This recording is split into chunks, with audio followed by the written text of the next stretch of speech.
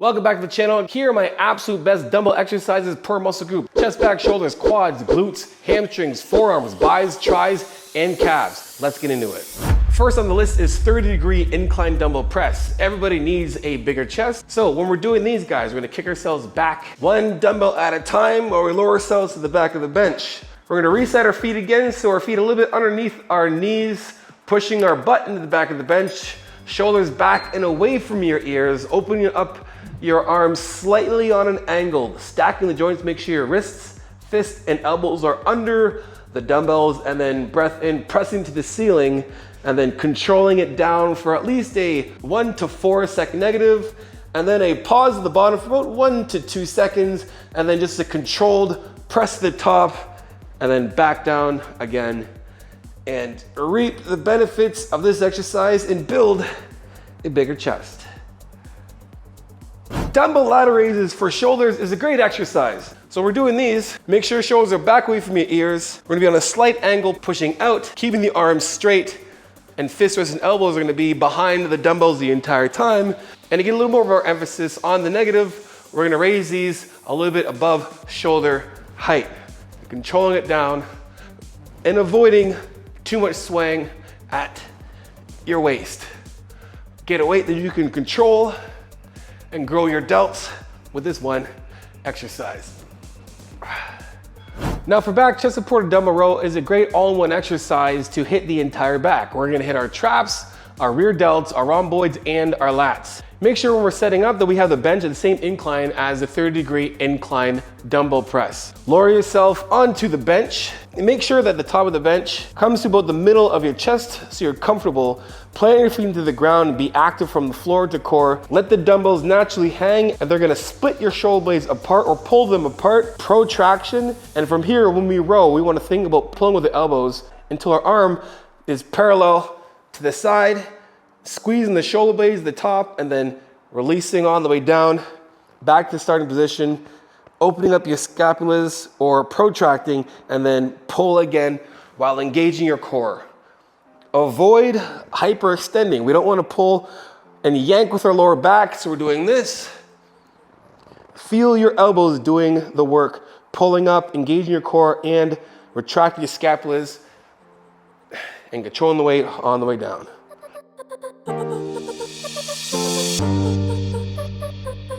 For triceps, probably one of the best to do is double line tricep extensions.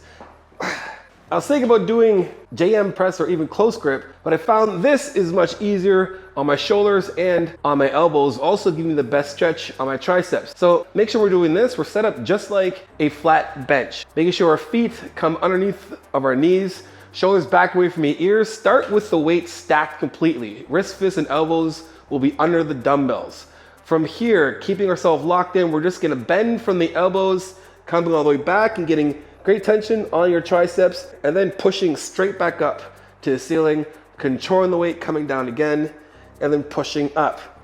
Do your best to keep your elbows straight in the air. Yes, you can do it this way, but we're actually not getting as much tension on the triceps as you would from here. So elbows straight in the air, coming back until your biceps and your forearms are touching, and then pressing up. Do your best to avoid having your elbows flaring. So you don't want to get this. Keep your elbows tucked right in. Remember, keep your fists, wrists, and elbows under the dumbbells while keeping your elbows or arms still consistently shoulder width apart while pressing them back to the ceiling. Moving on to biceps, the exercise I feel is gonna give us the most amount of tension in our bicep is, again, incline dumbbell curls. Now make sure when we're doing this to get the most amount of stretch, we want this incline, we want it too far. Right here, a notch above 30 degrees is good enough, because I'll put myself in a very advantageous position where I'm sitting back, much like if I was doing a shoulder press. Again, my feet will be a little bit under my knees, engaging my core, shoulders back away from my ears with a nice stretch from here. And all I have to do now is just bend at the elbows, keep my palms facing the ceiling, and then controlling the weight down, and a nice stretch to the bottom, and then pulling back up.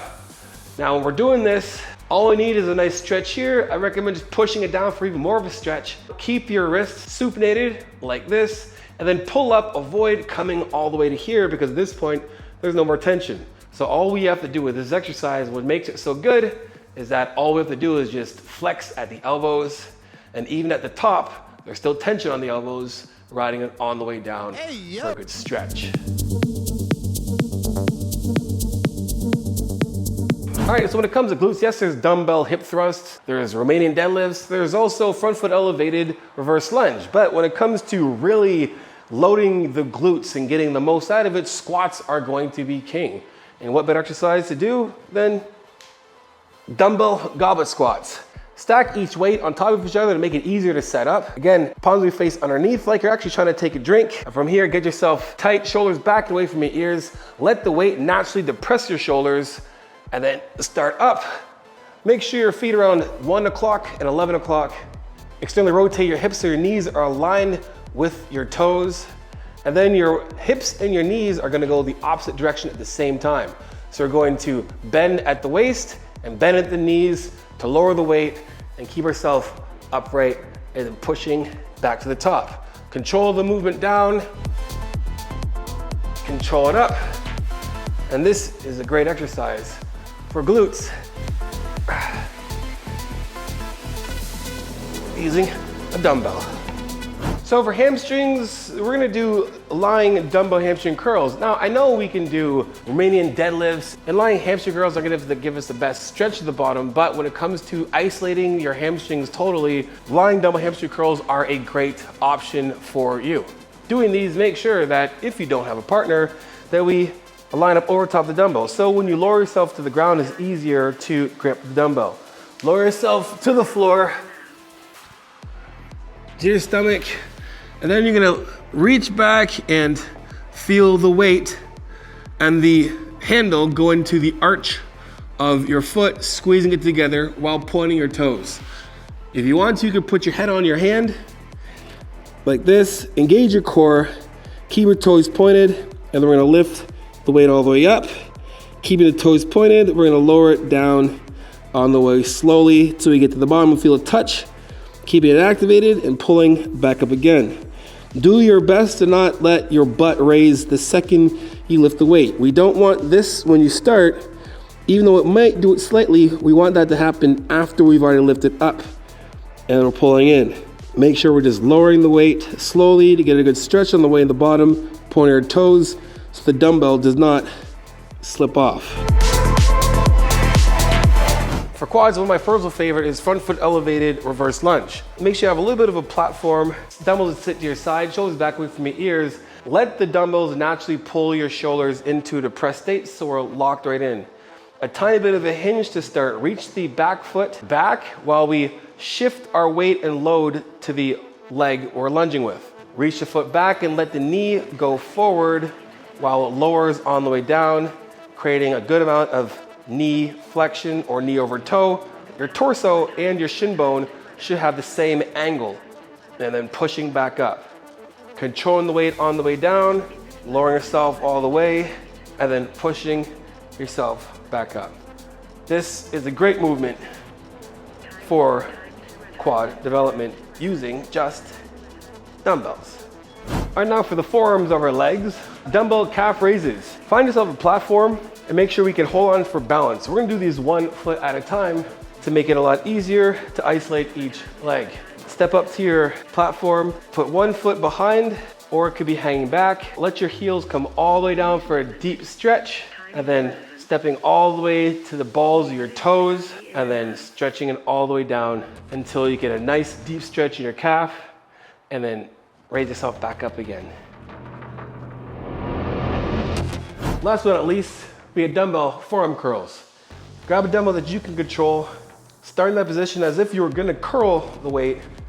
Let it fall down to your fingertips, and then you're gonna curl all the way back up and then curl your wrist. Right in and squeeze, and then lower all the way to the bottom again, and then curl back up. Anyway, that is it for today's video. And guys, stay tuned for my top 10 dumbbell exercises for each muscle group. And guys, I hope you enjoyed the video. If you did, make sure you guys like, subscribe, and share. You know what? I'm gonna come out with that tell like it is, transparent, vulnerable truth. And for coaching, JONNI@SHREVE.com.